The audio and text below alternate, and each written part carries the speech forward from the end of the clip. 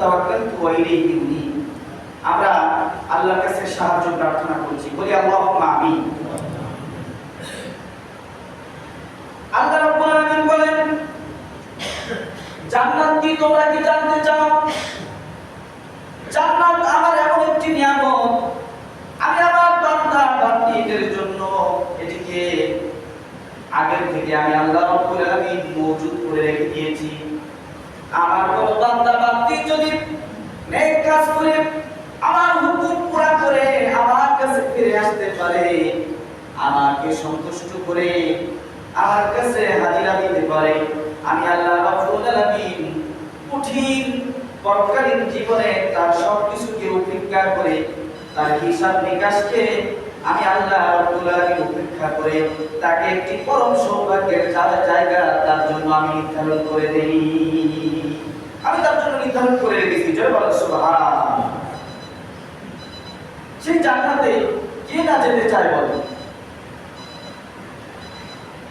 আল্লাহ রাব্বুল আলামিন বলেন, ওয়া উযলিফাতিল জান্নাতু লিল মুত্তাকিনা গায়রা বাঈদ।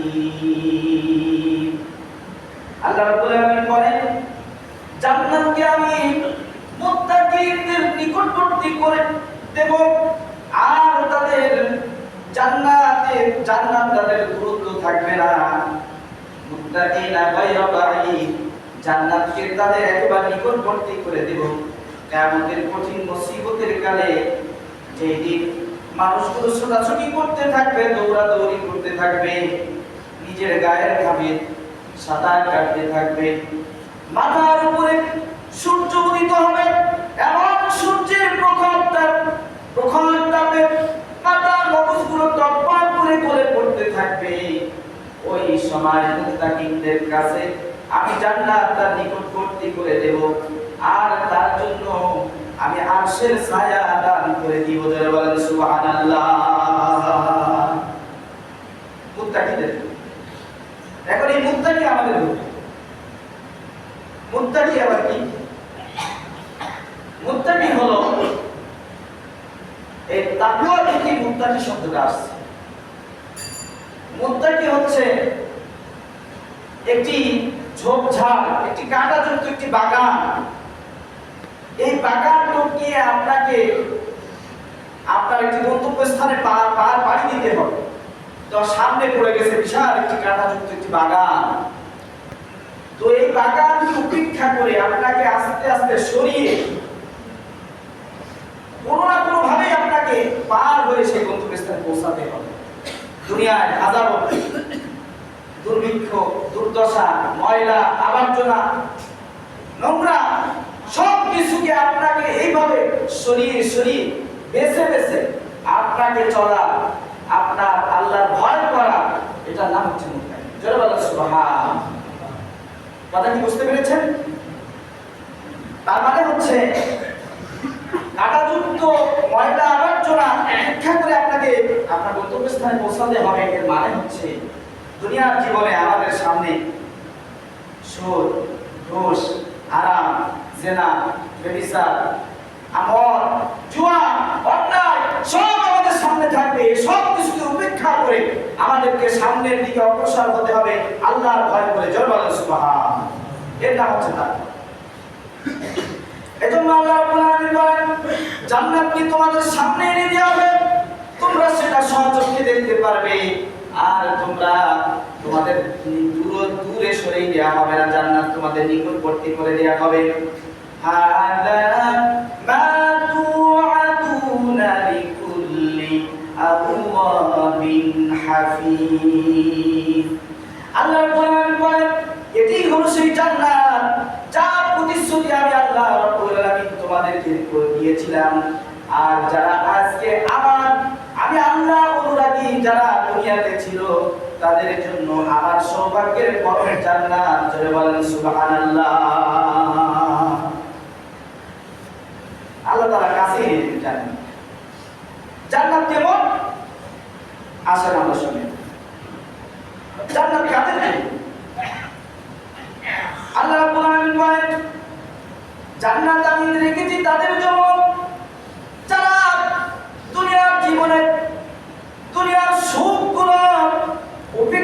করে তাজা তাজা সুখগুলো লাথি মেরে দিয়ে আরামের বিছনাকে হারাম করে দিয়ে যারা শীতের রজনীতে কষ্ট করে করে আমার জন্য নামাজে দাঁড়িয়ে গেছে, আর যারা জিহাদের ময়দানে আমাকে খুশি করার জন্য ময়দানে আমার জন্য ঝাঁপিয়ে পড়েছে, মুসলমানদের জন্য, ইমানের জন্য, কোরআনের জন্য, আমার রাসূলের জন্য, দ্বীন কায়েমের জন্য, ইসলাম বিজয়ের জন্য যারা যেভাবে ঝাঁপিয়ে পড়েছে, আমি আল্লাহ রাব্বুল আলামিন পরকালীন জীবনে তাদের জন্য জান্নাত রেখেছি। আপনি দেখতে পাচ্ছেন যে আমি এই পথে গেলে আমার হাজার সুখ, তো আপনি এই সুখগুলো সব লাথি মেরে ফেলে আপনি সুখের আশা করতেছেন না, দুনিয়ার সুখের আশা না করে আপনি পরকালীন জীবনের সুখের আশা করতেছেন। আল্লাহ তাআলা বলেন আমি এই ধরনের মানুষদেরকে জান্নাত দান। এই জন্য আল্লাহ রাব্বুল আলামিন কোরআনের ভিতরে বলেছেন, ইয়া ইবাদি লা খাউফুন আলাইকুমুল ইয়াওমা ওয়া লা আনতুম তাহজানুন। হে আমার বান্দাগণ, ইয়া ইবাদি, হে আমার বান্দাগণ, লা খাউফুন, তোমাদের কোনো ভয় নাই, লা খাউফুন আলাইহিম ওয়া লা হুম ইয়াহজানুন, আর তোমাদের কোনো চিন্তাও নাই। এই কঠিন মাহশারে তোমাদের কোনো ভয় করা লাগবে না, কারণ তোমরা তো তোমাদের সব সুখগুলো বিসর্জন দিয়ে আজকে কিয়ামতের ময়দানে নাজরানা পেশ করেছো। তোমাদের ভয় নেই, তোমাদের কোনো চিন্তাও নেই। আজকের এই কঠিন মাহশারে আমি তোমাদের সহায়তা করব। আর তোমাদের জন্য আমি কি করব? তোমাদেরকে একটু পরে আমি আল্লাহ রাব্বুল আলামিন তোমাদেরকে কঠিন এই মাহশার থেকে পরিত্রাণ দিয়ে তোমাদেরকে আমি একটি সুখী সমৃদ্ধি জীবন দান করব, আর তোমাদেরকে জান্নাত দান করব। এমন জান্নাত তোমাদের নজর, তোমাদের নয়ন কখনো দেখে না, তোমাদের এই দৃষ্টি কখনো অবলোকন করে নাই, এমন জান্নাত আমি তোমাদের জন্য মজুদ করে রেখেছি। সেই জান্নাতে কি থাকবে? আল্লাহ রাব্বুল আলামিন বলেন, আল্লাহ রাব্বুল আলামিন বলেন, উদখুলুল জান্নাতা আনতুম ওয়া আজওয়াজুকুম তুহবারুন।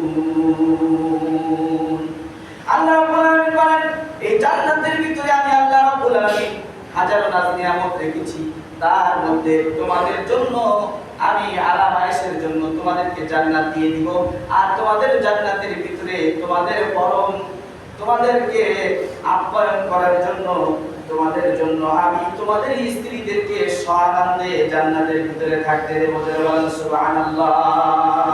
এখানে স্ত্রীগণ লিখেছেন, তার মানে জান্নাতের ভিতরে অনেক স্ত্রী থাকে। সুবহানাল্লাহ বলে। আজকে যারা আপনারা কষ্ট পাচ্ছেন যে আরে একটা বউতে হয় নাকি, 4-5টা বিয়ে করা দরকার, অনেক যুবক মানুষ আছে একটাও বিয়ে করে, এরকম কেন? এই যে আপনি বিয়ে করতেছেন না, এর কারণে আল্লাহ তাআলা নারাজ হয়ে যাচ্ছে। সময় হলে বিয়ে করতে হবে, এটা দুনিয়ার নিয়ম, এটা পবিত্রতার একটি মাপকাঠি বিয়ে, বিবাহ।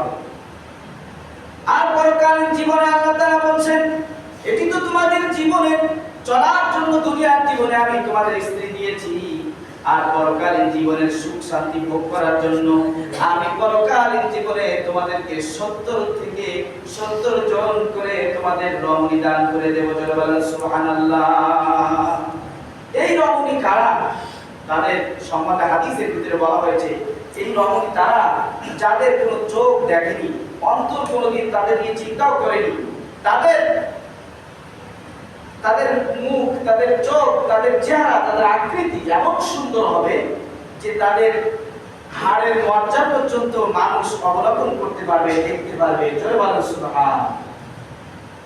এই ধরনের 70 জন করে স্ত্রী তোমরা জান্নাতে সানন্দে থাকতে পারবে। আর কি পারবে?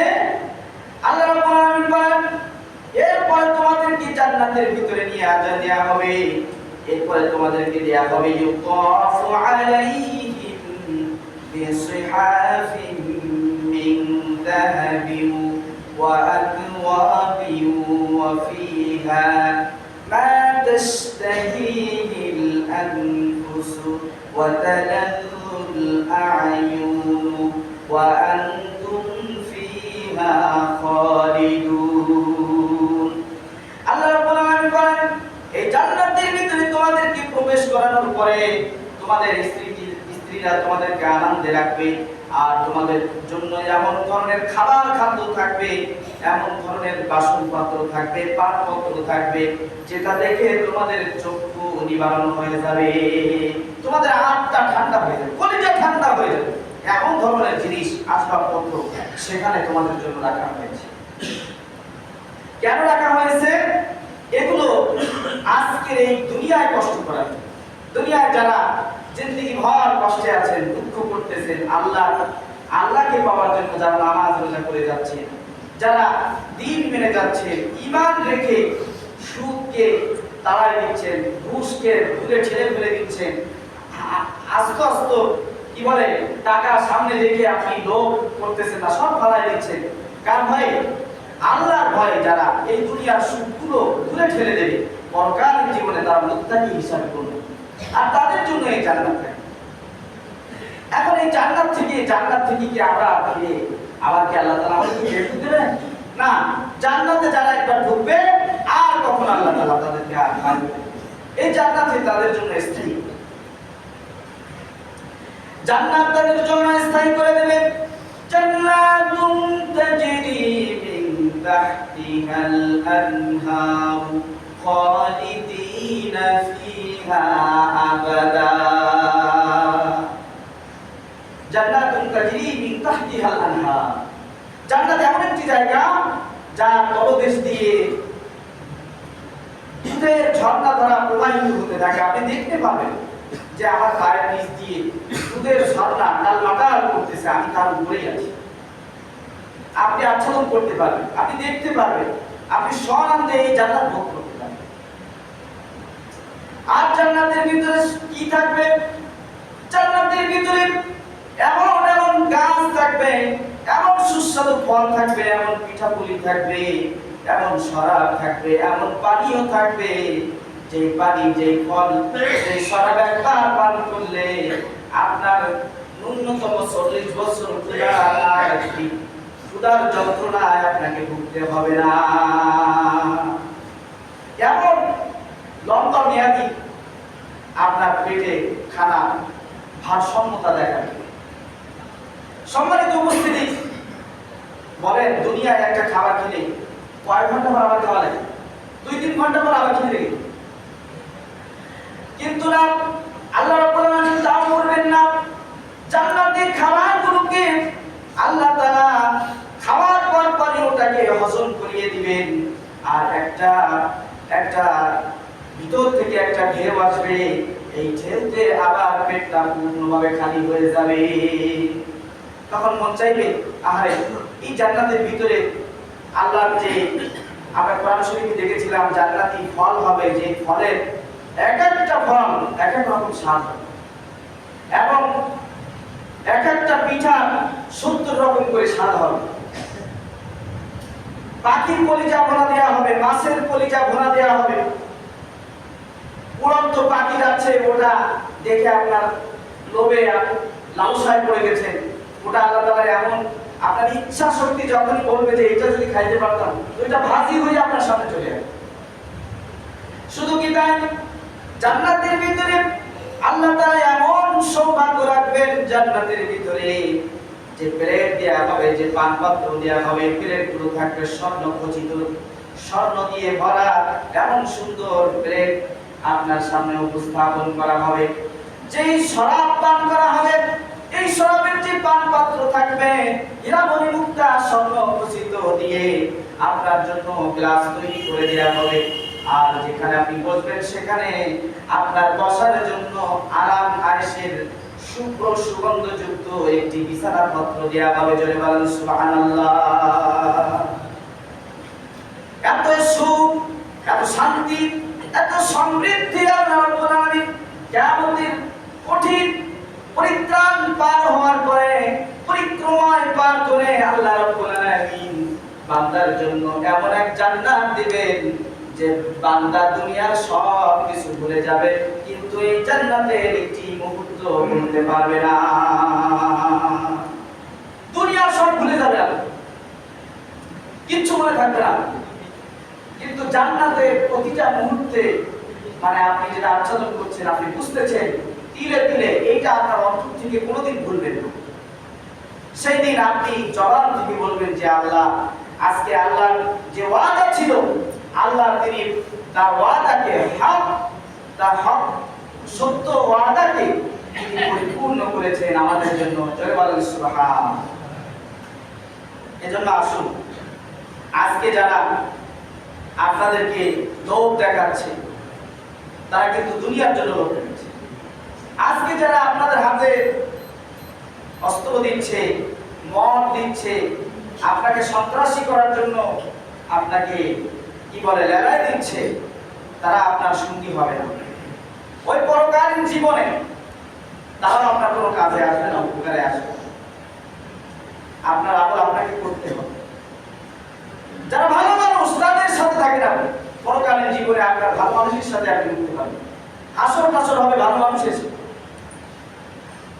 কিন্তু আপনি যদি অন্যায় করেন আর মিছিল দেন, হ্যাঁ নারায়ে তাকবীর, আমরা এসব বিশ্বাস করি না।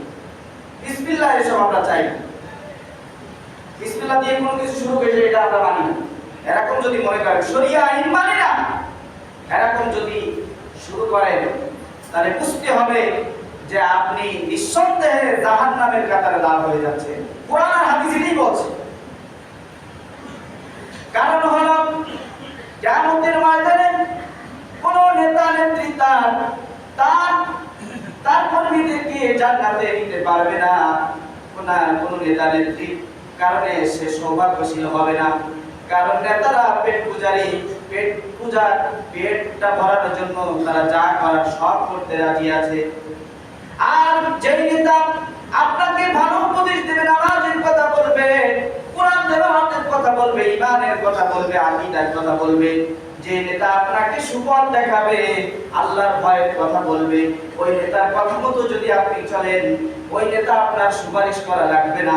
আপনার ভালো কাজের কারণে আল্লাহ রাব্বুল আলামিন আপনাকে জান্নাত দিবে।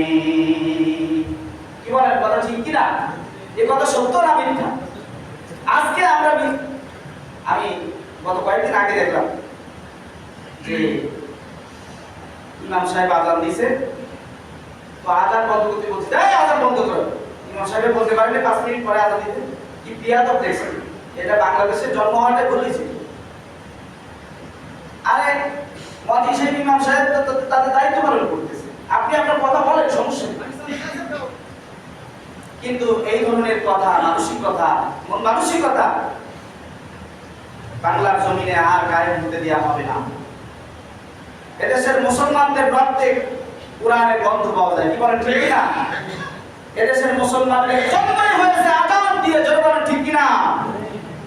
কাজেই নাস্তিকতার প্রমাণ বাংলার জমিনে আর হতে দেওয়া হবে না। যদি কেউ দিয়েছেন তো ভালো থাকতে পারবে।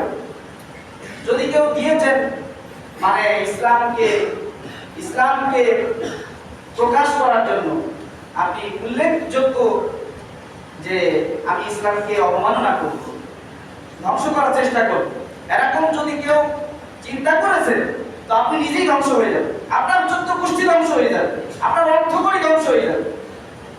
আবু জাহেলের গেল না? আবু জাহেলের নিজের বংশ, অর্থকড়ি, টাকা পয়সা, সব স্ত্রী সব ধ্বংস হয়ে গেছে। আল্লাহ বিদ্বেষী হবেন না ভাই, প্লিজ দয়া করে আল্লাহ বিদ্বেষী হবেন না।